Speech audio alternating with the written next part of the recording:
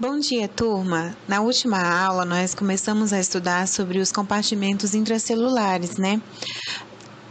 Nós falamos sobre o retículo endoplasmático liso, rugoso e os ribossomos, certo? Falamos que essas três organelas são muito importantes no processo de síntese de proteína. Mas o que seria a síntese de proteína, professora? Vamos relembrar isso. A síntese de proteína é um processo que as células realizam para secretar substâncias, certo? O nosso corpo, ele precisa, em todo o seu metabolismo, as nossas células, elas precisam estar todo o tempo secretando, né? Liberando alguns tipos de secreção em diferentes tipos de órgãos dentro do nosso organismo. Mas para que isso aconteça, existem algumas células especializadas nisso que realizam esse processo. Então, nesse capítulo, nós estamos estudando como ocorrem esses processos dentro das nossas células. Então, na aula passada, nós estudamos sobre o retículo endoplasmático rugoso e o liso e a diferença entre os dois, que é a presença dos ribossomos no retículo endoplasmático rugoso, certo? Onde ele vai produzir as proteínas e ajudar na sintetização delas. Hoje nós vamos falar especificamente sobre um tipo de organela, o complexo de Golgi, ou complexo golgiense, também assim falado, né? Ele foi descrito pela primeira vez em 1898. Ele foi batizado, né, com o nome do seu descobridor, o microscopista italiano Camillo Golgi, daí o nome, né, complexo de Golgi. Ele desenvolveu um método específico para colorir essa organela e torná-la mais visível ao microscópio simples, certo? E o complexo de Golgi, ele é formado por um ou mais agrupamentos de sacos membranosos achatados e empilhados, que apesar de aparentemente isolados um dos outros, se interconectam. Cada agrupamento desses sacos membranosos tem áreas denominadas como face cis e outras faces trans. Na face cis, está voltada para o núcleo, na face cis, né? O núcleo da célula. Ali no núcleo é onde fica o material genético, o DNA. E tem a função de receber as vesículas repletas de secreções produzidas lá no retículo endoplasmático. E isso ocorre na face cis do complexo de Golgi, certo? Já na face trans, está voltada para a membrana plasmática. E nessa face, o complexo de Golgi, ele vai realizar o que nós chamamos de empacotamento das secreções em pequenas bolsas de vesículas, ou vesículas que se abandonam, né, ali no complexo golgiense, na forma de secreção, ou seja, na face trans, que fica voltada para a membrana, ela vai empacotar as proteínas que foram secretadas, realizadas ali que veio da membrana plasmática, perto da membrana plasmática. O complexo golgiense está estreitamente ali relacionado às atividades dos retículos. Tudo que os retículos eles produzem lá é o complexo Golgi que vai empacotar para levar essa informação para a célula, tá? Então, ele é como se fosse um correio, aonde recebe o pacote, recebe a mercadoria, empacota e envia para o seu destino. Que pode ser para o núcleo, que pode ser para os ovários, que pode ser para o testículo, pode ser para as glândulas mamárias, pode ser para as glândulas que provocam as lágrimas, quase não saiu a saliva, o choro, o muco.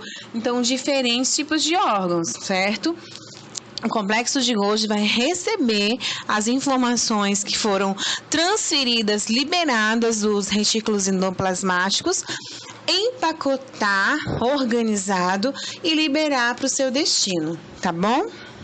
Então, para fixar, o complexo de Golgi, ele recebe, transforma, empacota e despacha. O complexo de Golgi recebe, transforma, empacota e despacha para fora das células substâncias produzidas nos retículos endoplasmáticos. Mas, professora, para fora das células, sim. Lembra que eu falei que são células secretoras. Ali dentro das células, através dessas organelas, foi enviada essa informação, recebida, transformada, empacotada, e agora ela precisa ir para o seu destino dentro do corpo humano, dentro dos seres vivos, dentro dos animais, dentro das plantas, certo? Precisa ir para realizar a sua função específica. Também reveste a epiderme externa de células animais. Isso o complexo de Golgi, como peixes, anfíbios, moluscos, anelídeos. Em alguns desses casos também pode ocorrer em lesmas, por exemplo, aquele muco que a lesma libera, que tem como função auxiliar na locomoção, aquela substância lisinha que quando você vê a lesma, ela tá brilhosa, e quando você olha, você vê um grande caminho, né, que ela deixou, uma marca, só é possível por conta dessas organelas, principalmente do complexo de Golgi, porque ele libera essas substâncias, essas secreções, e através das células elas são realizadas, certo? Então, e já que nós estamos falando dessas organelas, nós vamos falar também junto, né, das células secretoras e glândulas que participam, né, que são preenchidas, que estão presentes nelas essas células secretoras. Então, é um tipo especializado de células, né, dos organismos pluricelulares e multicelulares. Elas possuem grande quantidade organelas especiais. As células secretoras possuem grande quantidade dessas organelas especiais. Quem são essas organelas? Ribossomos, retículo endoplasmático rugoso e liso e o complexo de Golgi. Então, são 4 organelas especiais que trabalham na secreção, né, nas células secretoras, que auxiliam aí nas glândulas. Como, por exemplo, elas secretam venenos, odores ruins, substâncias que queimam, certo? Não é apenas, nós falamos agora anteriormente, na videoaula anterior, das secreções que elas liberam no corpo humano. Agora nós vamos falar um pouquinho das secreções que acontecem no reino animal.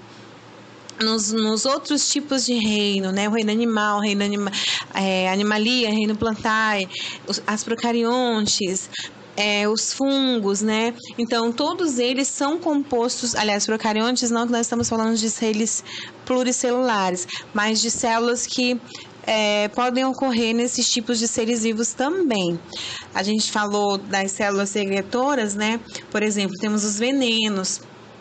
Existe um tipo especial de rã do gênero Dendrobacilli, que são as rãs, né, mais coloridas.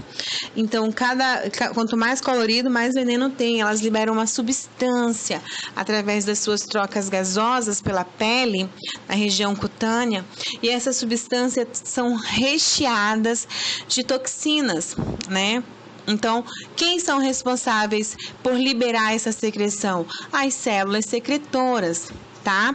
Elas também podem auxiliar, podem estar reunidas em grupos que formam alguns tipos de órgão ou glândula secretora. Temos como exemplo as glândulas mamárias, lacrimais, salivares, genitais, gástricas, pancreáticas e sebáceas, tá?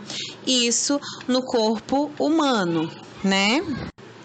E as glândulas pluricelulares, elas também podem ser de 2 tipos, certo? Glândulas que possuem um duto ou um canal excretor por meio da qual a secreção é lançada para fora da glândula, nós chamamos de glândulas exocrinas, né? onde essas glândulas são liberadas externamente. É muito comum no caso das fiandeiras, que é uma glândula seca, né, que existe nas aranhas, que ajudam elas a formar os fios, né, de teias. Então, são as glândulas exócrinas, tá? As glândulas exócrinas são aquelas externas, por isso o nome. Já as glândulas endócrinas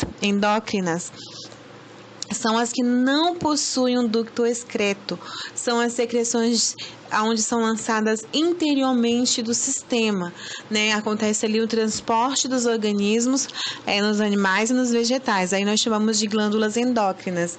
É muito comum no caso das glândulas mamárias, tá? Onde elas são estimuladas internamente, tá bom? Então, finalizando esse capítulo, onde nós falamos dos compartimentos intracelulares, em especial falamos de 4 organelas específicas que existem dentro das células secretoras, né? Que são os retículos endoplasmáticos liso, rugoso, ribossomos e o complexo de Golgi, certo? Essas são as organelas especiais que trabalham nas células secretoras para sintetizar proteínas, tá? E para finalizar esse conteúdo, vamos falar de uma última organela específica que existe, ainda falando aqui da sintetização, né? Não tem como falar das células secretoras que secretam substâncias sem falar dos lisossomos, né, e dos piroxissomos, que são pequenas vesículas encontradas livres ali no citoplasma celular. Embora ambas as organelas sejam ricas em enzimas, as suas funções e origens são variadas.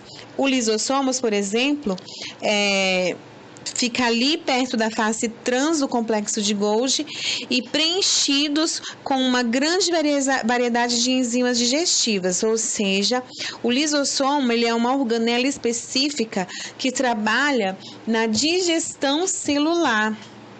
Ajuda a quebrar essas enzimas que é introduzida dentro das células, certo? Então, ele trabalha especificamente ali no bombeamento celular, né? E, como eu falei, a função dele é a digestão intracelular, né? A digestão da célula, e que pode ocorrer de 2 formas distintas, né?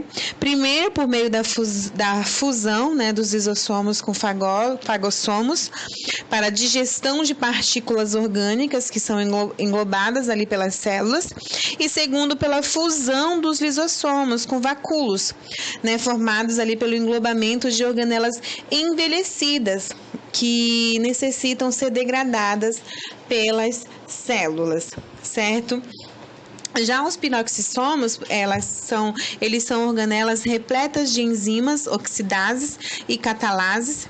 Então, utilizam o oxigênio, no caso, para a oxidação de substâncias orgânicas, como os ácidos gráficos, né? E o que gera uma água oxigenada sob o subproduto, né? Como a água oxigenada é tóxica para as células, entra em ação, então, a enzima catalase, que promove a degradação da água oxigenada em água e oxigênio. Então, essas organelas celulares, elas são abundantes, encontradas em células hepáticas e renais também, tá?